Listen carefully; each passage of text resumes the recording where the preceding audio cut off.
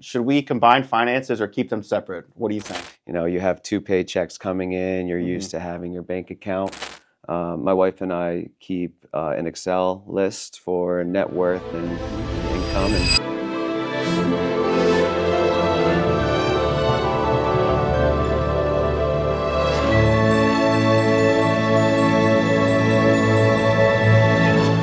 So Nick, as a newlywed couple, should we combine finances or keep them separate? What do you think?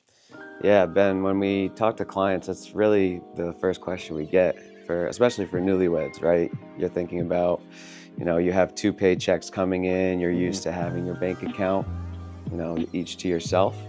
And once you get married, that's when you start thinking, oh, do we combine everything? There really is no right or wrong answer to this. It really is about how you and your partner see finances and how you'd like to, go forward with that. So, what worked for me and my wife is keeping our own separate bank accounts, but then doing one joint checking account. Oh, interesting. We really started that right on wedding day when we were thinking about what gifts we were going to get from our wedding attendees. We knew money would be coming our way, to both of us. So we needed a good place to put that, the wedding gifts. So that really opened up the joint checking account for us. I don't know if the same thing happened for you on your wedding day. Yeah, we actually did something similar, Nick, where my wife, Nicole, I love her to death, but she's also very set in her ways, right? She's a stubborn woman, but that's what makes her great. And same sort of thing where we had that conversation initially, but as you mentioned, how do you handle a lot of the gifts coming in? Checks are typically made out to Ben and Nicole Stark, right? Not just Ben Stark or Nicole Stark, right? It was always a joint gift. So definitely had to set up the joint bank account. I know with our paychecks being deposited in my account versus hers, it made our lives a lot easier just to keep things the way they were, especially since we have a lot of like automatic deductions coming out. A lot of our bills are just on auto pay, and she sort of went through the ringer of just changing her own name and updating a lot of her accounts. And I think that was kind of at her mental limit at that point. And, I wanted to be respectful of her too and what was really going to work best for her. And she communicated with me. And I think that's another important thing too, is communication, right? If you guys aren't communicating and agreeing at least, or being respectful of what each partner wants, I think that's going to be a big challenge. But I think as long as there's open lines of communication, I think you're going to be okay. And like you said, there's no right or wrong answer.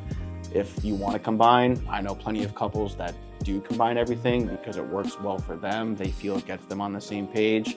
Other couples may combine in some aspect, like you and I did. Others might keep it totally separate. But as long as there's a healthy relationship with each party and with money, I think that's really the most important thing. Yeah, and like you said, communication is really the main point in all of this.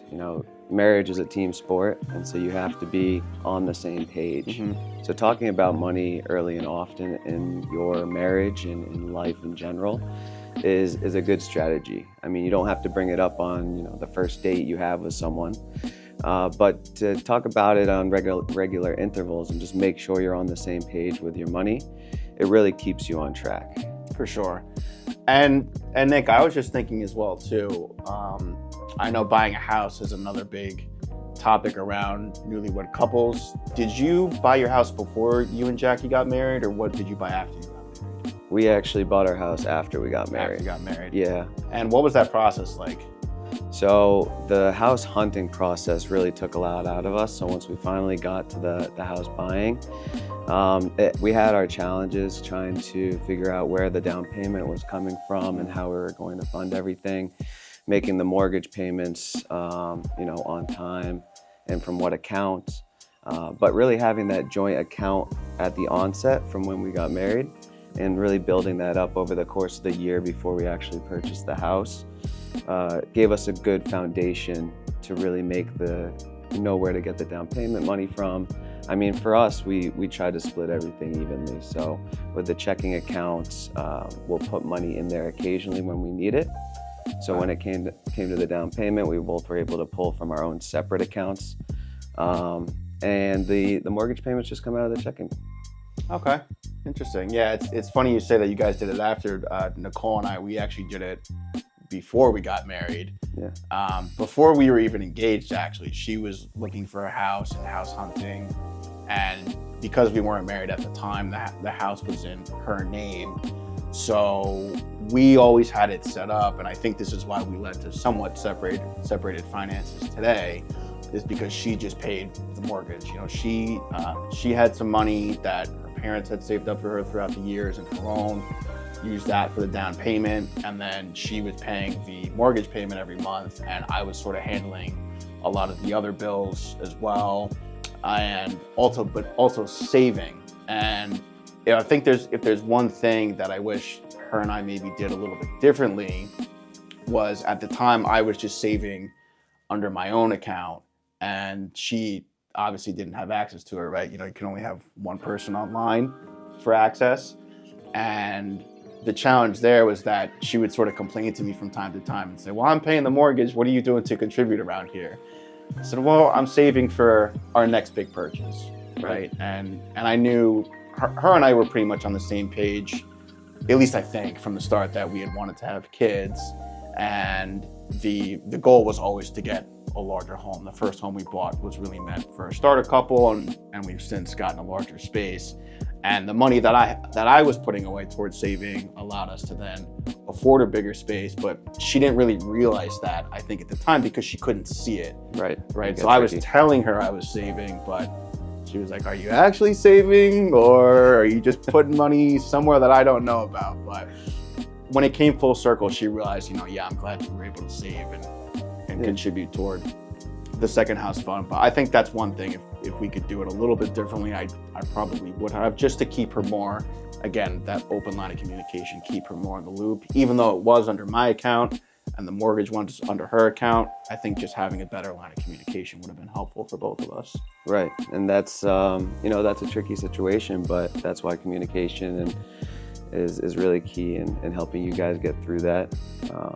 And you know, I could see myself on the other side of the coin there, being your wife and thinking, oh, is Ben just spending the money on golf trips or new stuff? But that's another thing that could help in that situation, is just keeping financial statements. My wife and I keep an Excel list for net worth and income and budgeting. And so just having a statement out there where we know what's going on, we can look back at it and see maybe how we've done over the year, track what we're spending and saving in other aspects of our life. It's really helped us just to have a physical spreadsheet out there.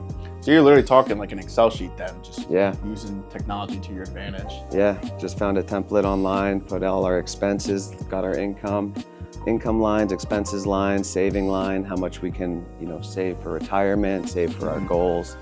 Because goals are another reason, you know, you want to combine your thought processes at least. Sure. Because when you put, you know, two incomes together for a common goal, it's a lot easier to get there, right? Yeah, it's definitely an interesting point that you brought up, and that's also probably something I wish I did with my wife when we started, was using technology.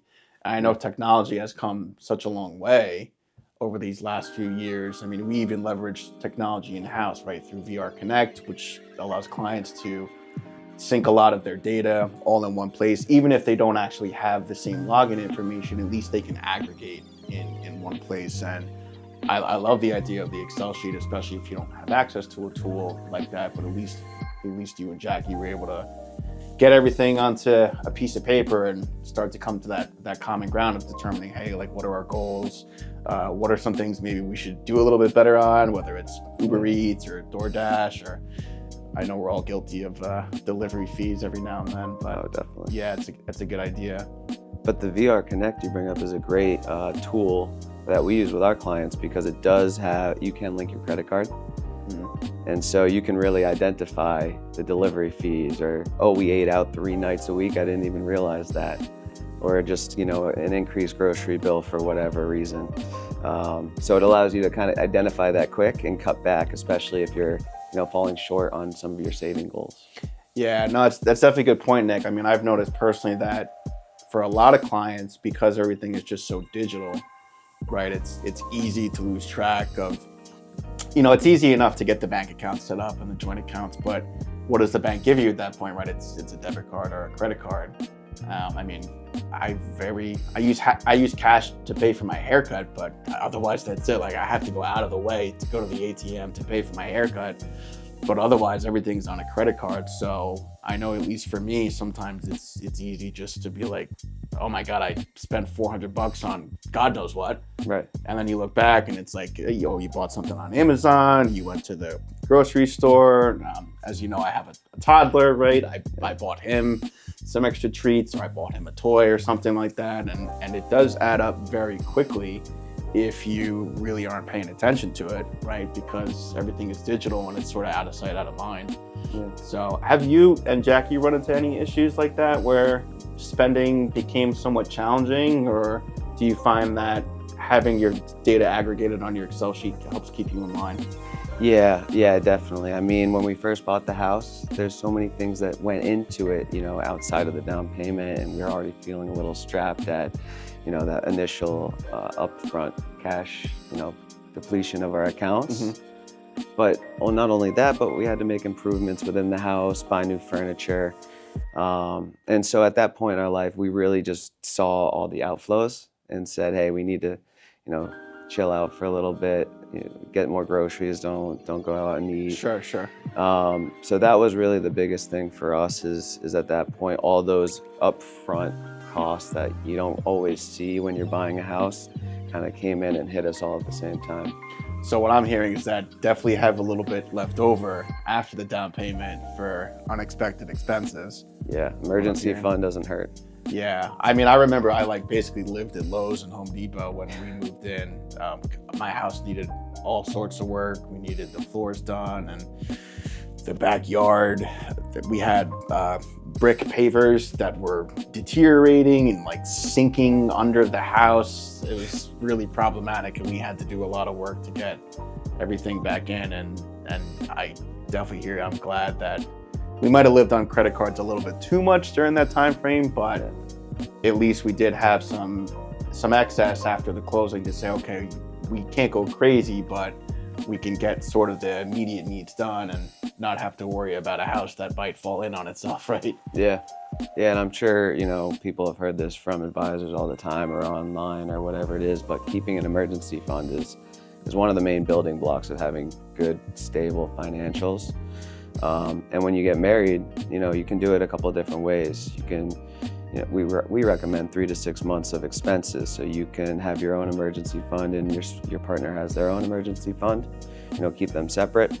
Or you can combine with a high yield savings account and just keep 3 to 6 months of combined expenses in that account for anything that might come up. Say, your partner loses their job, you lose their job, you have to hang out for a little bit on your savings. It's a good thing to have in stable funds.